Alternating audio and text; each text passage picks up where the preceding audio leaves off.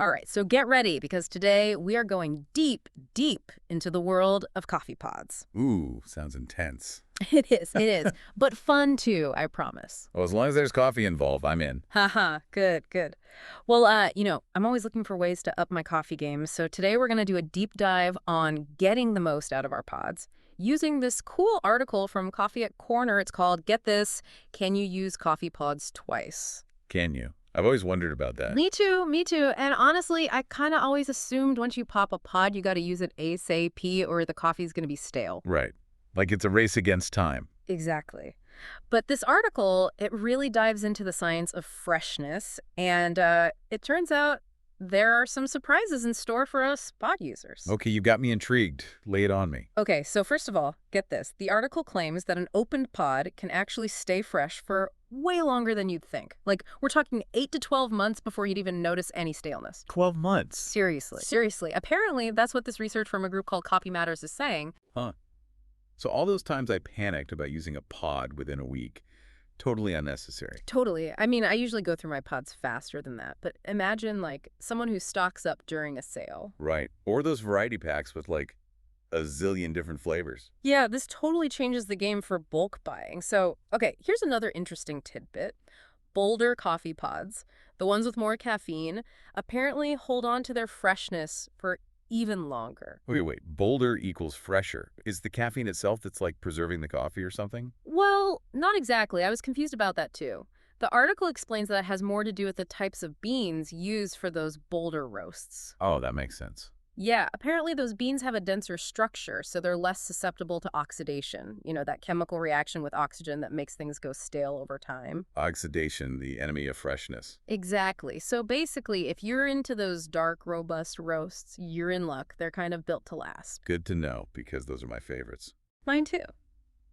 Now, speaking of lasting, let's talk about ground coffee. The article actually claims it's almost impossible for ground coffee to go bad, like at all. Wait, really? I thought ground coffee went stale pretty No, quickly. me too. But apparently, when you grind the beans, you actually reduce their surface area, which slows down oxidation.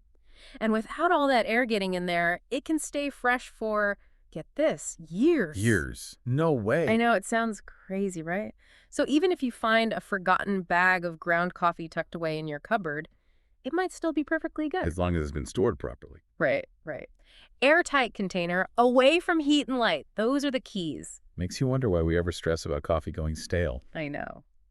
All right, so we've got our super fresh pods and practically immortal ground coffee, but what about those pods that have maybe, just maybe been sitting around a little too long? You know, those ones hiding in the back of the drawer? Oh yeah, I think we all have those. Well, the article actually talks about ways to revive those forgotten pods. Wait, revive like bring them back from the dead? Kind of. It's a pretty cool trick, actually. You basically wrap the old pod in a damp paper towel, then stick it in a bag with some rice or beans. Rice or beans? What's that about? It's to create a humid environment, to add some moisture back into those coffee grounds. Huh. I never would have thought of that. Me neither. And apparently, it can actually help to revitalize the flavor. Okay, but real talk, how effective is this? Are we talking like back to their prime freshness or just a slight improvement? Well, the article doesn't guarantee anything, but it does stress that whatever you do, make sure you wash your pod machine thoroughly before trying this out. Makes sense. You don't want any lingering flavors messing things up. Exactly. Plus, a clean machine is always a good thing, regardless of your pod's age. True that. So, fresh pods, airtight containers for ground coffee, and a sparkling clean machine. Got it. Exactly. Those are the keys to a truly fresh cup.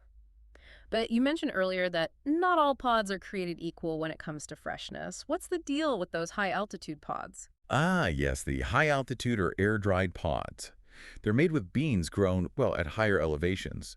And apparently they can last even longer than regular pods, something like 360 uses. Wait, 360 uses? That's like almost a year of coffee from a single pod. I know, right? It's pretty wild. Seems like those growing conditions at higher altitudes, they do something to the bean structure, make it less porous so it doesn't absorb as much moisture. Huh. Fascinating. It makes you think about all the hidden factors that can affect coffee freshness. Right. It's more complex than we realize. Totally. So we've got our regular pods, our high altitude champs, and then there are those fancy luxury pods. Oh, yeah, the ones that cost a fortune but promise to transport you to coffee heaven. Exactly. So how do they stack up in the freshness department? Well, brace yourself because according to the article, those luxury pods, they only last for about 30 uses. 30 uses. Wow, that's a huge difference. Yeah, it's all about quality over quantity with those.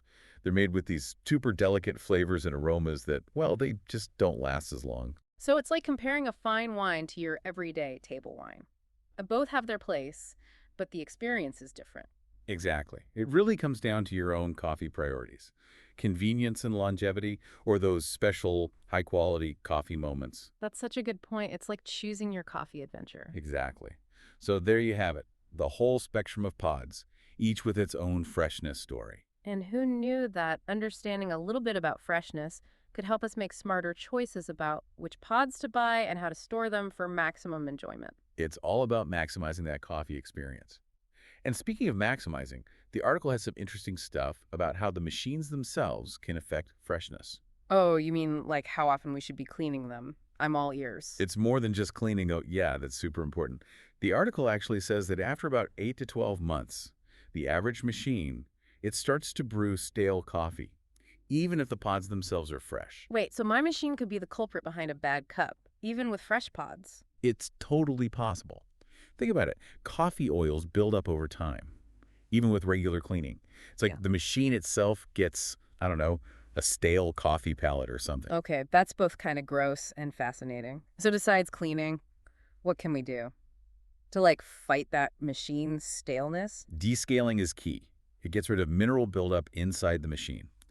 Most manufacturers recommend doing it every few months, depending on your water and how much you use it. Descaling. Okay, that's one of those words I hear, but never really knew what it meant. It's not complicated at all. Most machines, they come with instructions. You can usually just use vinegar and water or buy a descaling product. Huh, okay. A small price to pay for a good cup of coffee, I guess. Exactly. And it'll make your machine last longer, too. All right, descaling it is.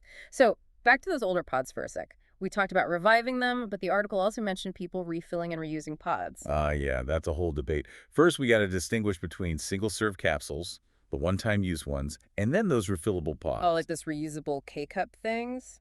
Yeah, exactly. They're usually made of stainless steel, have reusable filters. You just fill them with your own ground coffee. Good for the environment, and you get to choose your coffee. Okay, so reusable pods, thumbs up. What about actually refilling those single-use capsules, though? Not recommended.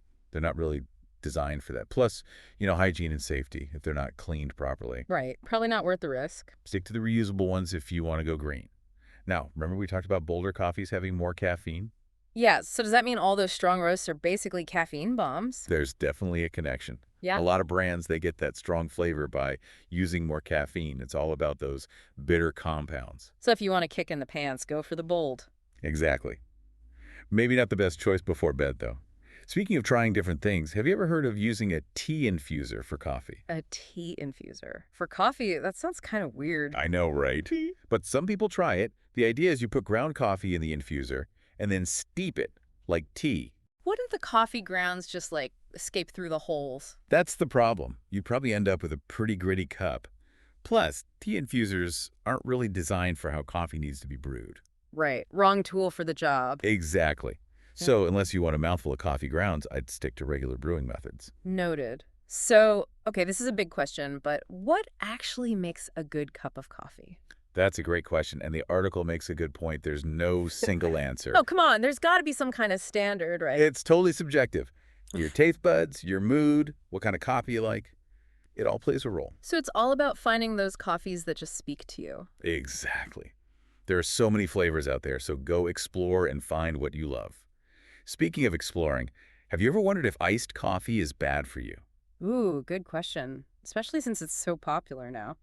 The article basically says, like any drink, it's fine in moderation. So it's not the iced coffee itself, it's what we put in it. Bingo.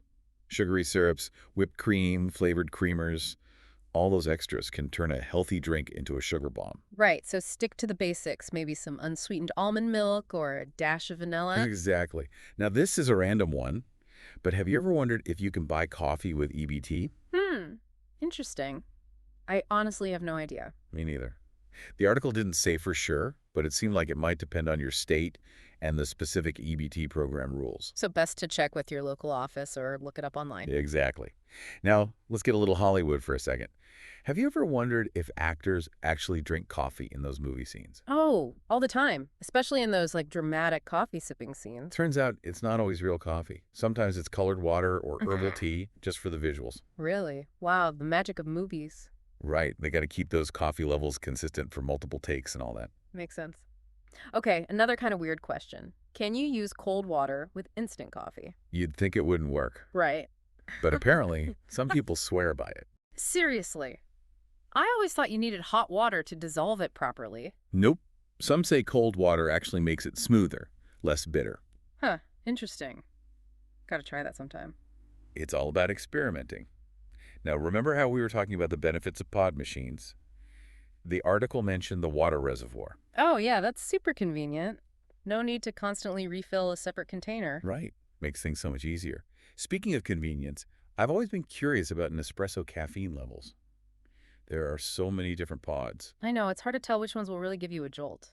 The article didn't give specifics for each pod, but it did say to be mindful of your caffeine intake, especially if you're sensitive.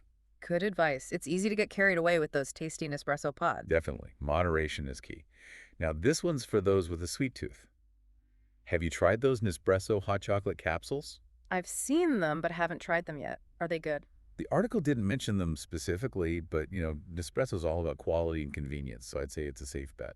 Okay, might have to give this a try. Now, this is a total change of pace, but have you ever tried putting taro in coffee? Taro in coffee. That's a new one. I've had it in smoothies and desserts, but never in coffee. I know, right? Sounds kind of strange, but I saw it on a coffee shop menu recently, and I'm curious. The article didn't talk about taro specifically, but it did mention how coffee flavors are always evolving. So maybe taro coffee is the next big thing. Who knows? Okay, let's talk accessories. What are some must-haves for serious espresso lovers? Ooh, yes. I'm always looking for ways to up my espresso game. Well, according to the article, you got to have a good tamper. Ah, the tamper. That's what you use to press down the coffee in the portafilter, right? Yep. Make sure the coffee is evenly compressed with the best extraction. No more using the back of a spoon, I guess. Uh-huh, definitely not. Okay, next up, a milk frothing pitcher. Oh, yes.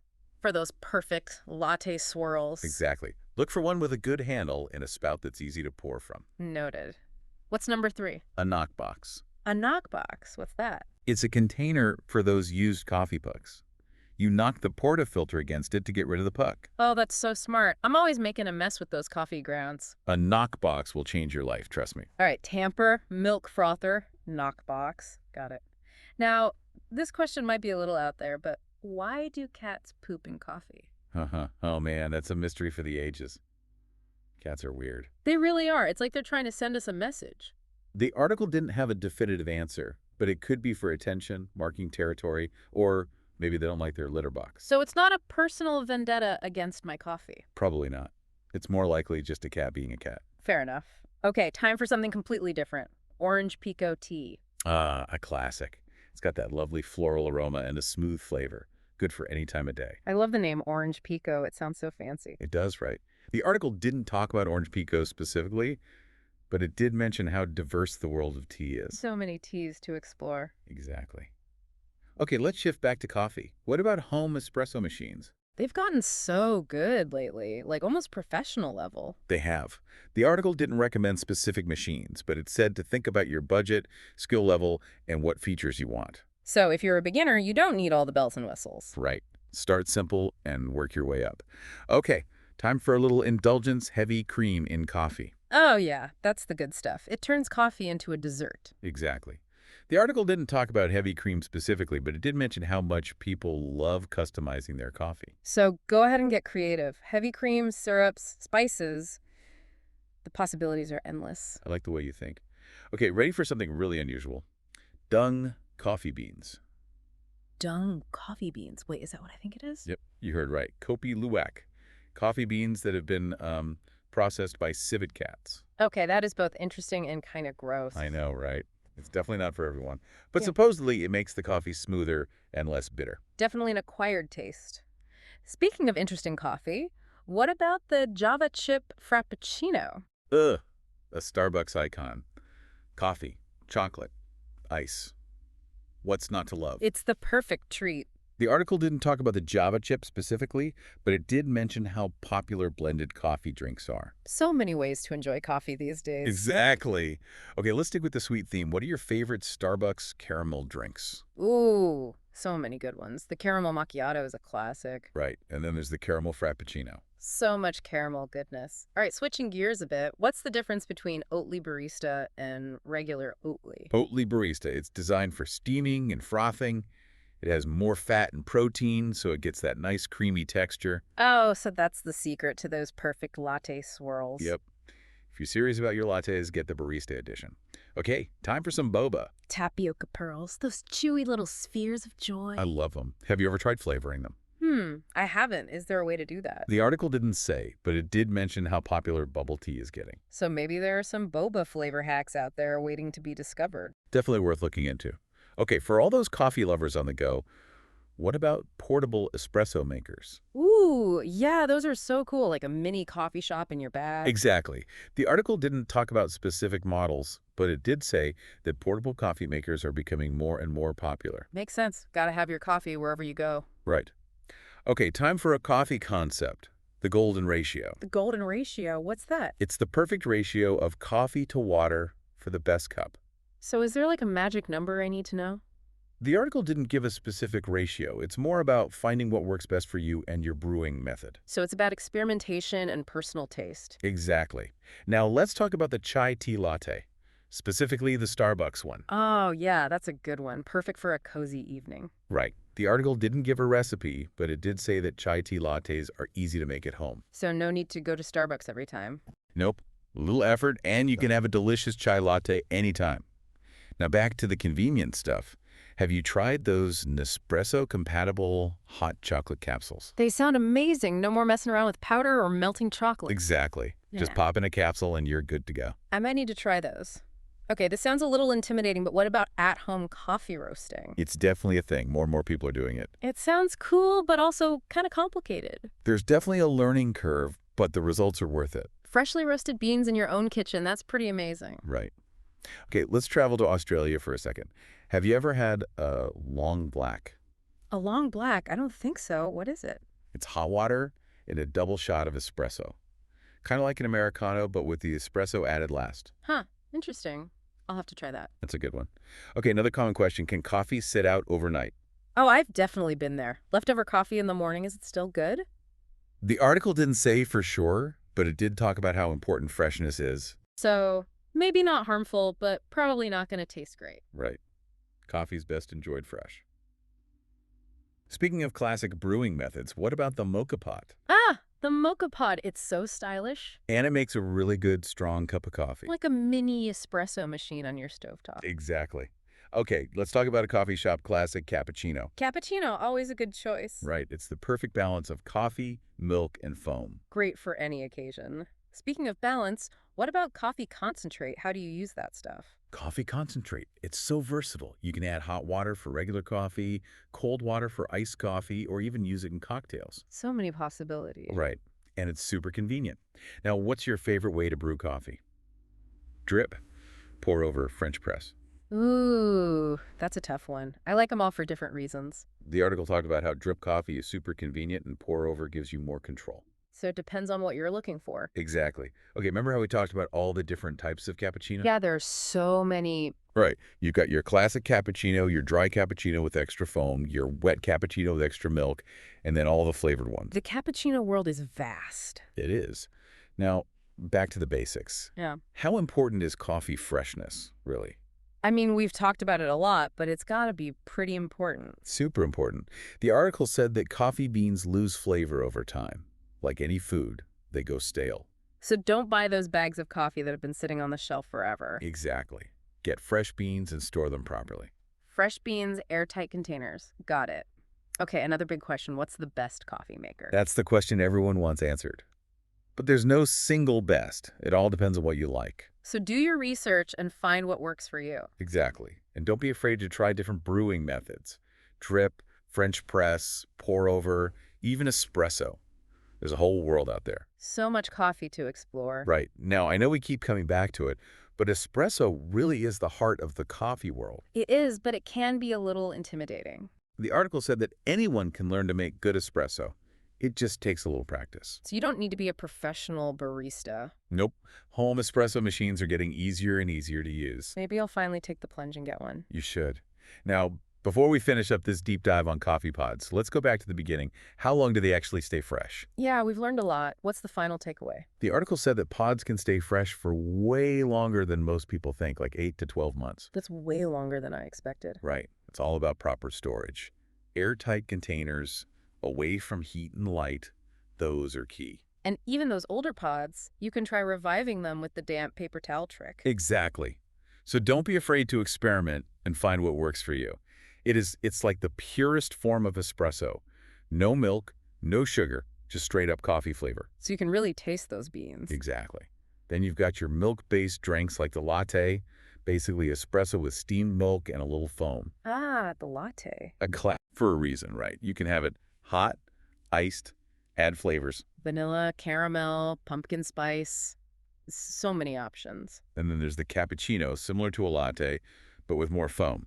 It's all about that foam, those fancy designs baristas make. It's an art form. And let's not forget the macchiato, a shot of espresso with just a dollop of foamed milk. So many espresso drinks, so little time. I know, right? Okay, let's switch gears for a minute. Have you ever heard of bypass in coffee brewing? Bypass. Not ringing a bell. It's when water flows around or through the coffee grounds without fully extracting the flavor. So basically the water's taking a shortcut and we're missing out on some coffee goodness. Exactly. It can happen if your grind size is uneven, the filter's clogged, or even if you're pouring the water wrong. Huh. So many things to think about. It all comes down to good technique. Okay, we talked about the different types of cappuccino, but can we break those down a bit more? Yeah, I'm still a little fuzzy on all the variations. Sure, so you've got your classic cappuccino, that's the standard balanced ratio of espresso, milk, and foam. Okay, the classic makes sense. Then you've got the dry cappuccino, less milk, more foam. So more intense coffee flavor. Exactly, for those die-hard coffee fans. And what about the wet cappuccino? More milk, less foam, smoother, creamier. So if you like it a little milder. Exactly. And then, of course, you've got all the flavored cappuccinos, vanilla, caramel, hazelnut. Okay, I need to try some of these. You do. Now, let's talk about coffee freshness again. We keep coming back to it, but it's so important. I think we're getting the message. Good. The article really stressed how much freshness affects the flavor. Coffee beans are like any other food. They lose quality over time. So always check the roast date and store your beans properly. Exactly. All right, here's the big question everyone wants answered. What is the best coffee maker? Drum roll, please. Well, unfortunately, there's no easy answer. It depends on what you're looking for. Oh, come on. There's got to be some kind of winner. It really comes down to your personal preferences, Yeah. budget, and brewing style. So explore and find what you love. Exactly. Don't be afraid to try different brewing methods, too. Drip, French press, pour over, espresso. It's all good. So much coffee to discover. I know, right? And speaking of espresso, We always come back to espresso. it's the heart of the coffee world. Intense, flavorful, the base for so many amazing drinks. I love espresso, but it can be a little intimidating. The article said that espresso isn't as complicated as it seems. With a little practice, anyone can make it at home. Really? I always thought you needed fancy equipment and years of training. Nope. Home espresso machines are getting more and more user-friendly. Maybe I should finally get one. You should. Okay, before we wrap up this deep dive on coffee pods, let's come full circle. How long do they really stay fresh? After all this, I feel like I should know the answer. Well, the research said they can last way longer than we think, 8 to 12 months on average. Seriously, that changes everything. It does. It's all about proper storage, airtight containers, away from heat and light. And if you do have some older pods, there's always the damp paper towel trick. Exactly. So there you have it. The truth about coffee pod freshness. Who knew those little pods had so many secrets? Right. It just goes to show there's always something new to learn about coffee. Well, this has been a truly enlightening deep dive into the world of coffee pods. We've learned that those little capsules hold more than just a quick caffeine fix. They're vessels of flavor, convenience, and surprising longevity. We've debunked myths, explored the science of freshness, and discovered that with a little know-how, we can all be masters of the pod. From proper storage techniques to ingenious revival hacks, we've uncovered a wealth of information that can help us all maximize our coffee enjoyment. And perhaps most importantly, we've learned that the world of coffee is full of endless possibilities for exploration and discovery. So, as we conclude this deep dive, we encourage you to continue your coffee journey with a newfound appreciation for the nuances of freshness, brewing methods, and the sheer variety of coffee experiences available to us all. Remember, there's no one right way to enjoy coffee. It's all about finding what you love and savoring every sip. So, keep experimenting, keep learning, and most importantly, keep brewing those delicious cups of coffee. Until next time, happy brewing.